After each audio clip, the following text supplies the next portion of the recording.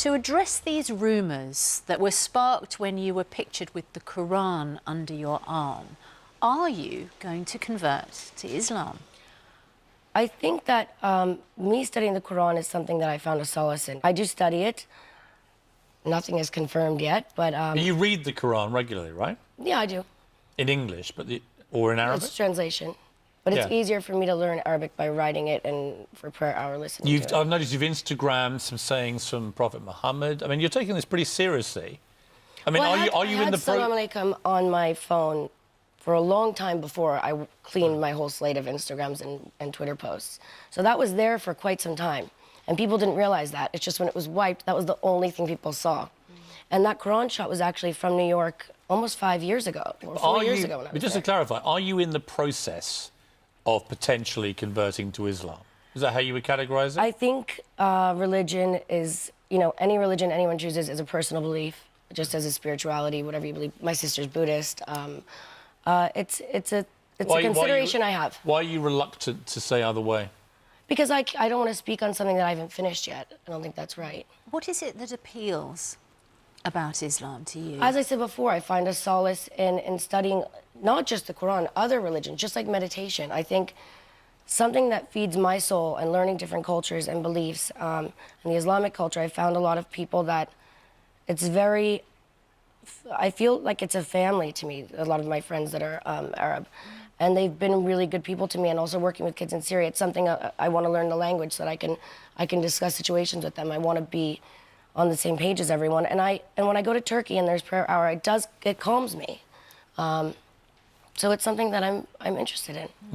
I mean, back in America, it's a polarizing thing, isn't it? To just even suggest you might be, you picture with the Quran, you get a lot of abuse suddenly and so on. How do you deal with that? When I was flying to New York recently, I was wearing a headscarf, and I got stopped. She opened my passport and saw Lindsey Lohan and started immediately apologizing, but then said, please, but take off your headscarf. Really? Yeah, and I did. I mean, it's okay, but what scared me is that moment, how would another woman who doesn't feel comfortable taking off her headscarf feel? That was really interesting to me. I mean, I was kind of in shock. And you felt that you had been deliberately targeted because they thought that you were an Arab, I don't know. I can't speak for what the purpose of it was, but it was really...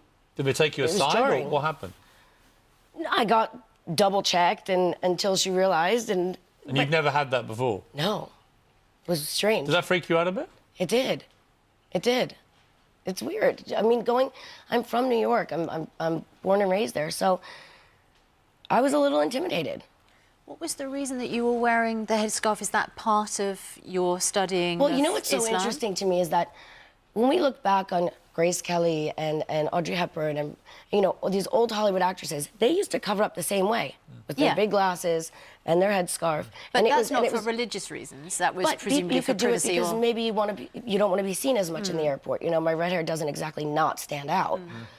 So you were doing it for privacy reasons rather than for spiritual or religious reasons? I was doing it because I was leaving Turkey and out of respect for certain countries that I go to. And when I see certain people, I think I feel more comfortable acting the same as the other women. That's just a personal respect issue for me that I have.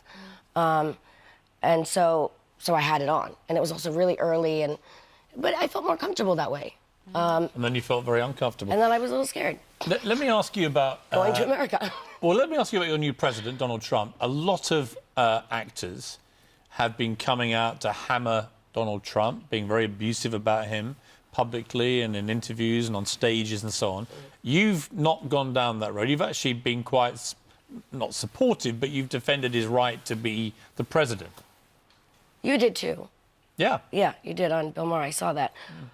I think it's such a double-edged sword, this situation, because I don't agree with his policies and the things that he's doing, but at the end of the day, he is the president right now. So what's the point in picking on someone instead of letting just see what they're capable of or not capable of? I can't speak on that because I'm not him. I don't know what goes on. I would love to be a fly on the wall. Do you feel like the hysteria is slightly overplayed at the moment? Because I do. I think so. I think so. I think it's just people are, making it overly dramatic. And I do think his Twitter needs to be taken away or deleted. I just think, why don't kick someone when they're down? Aren't you doing a news thing where you take over people's Twitter? Yes, I just filmed the sizzle reel for a show. What is it? It's called Nerd, and basically I hack and take over your social media for 24 hours. Oh, can you do Terrifying. it with Piers Morgan, Dude, please? Yes. You're not getting I would into love mine. to. Yes. Oh, my God. I would love you to as You well. and then Trump. I can't think of anything more terrifying than Lindsey Lohan getting into my Twitter and tweeting. Not as just me. your Twitter, your phone. Really? All Everything? your social media. Really? Yeah. And you just take over? I take it over, and there's a series of dares, of which things you think you may be good at, which you probably aren't good at, that your friends will tell me about. And you can make money within those dares, and then proceeds will go to Fascinating. charity.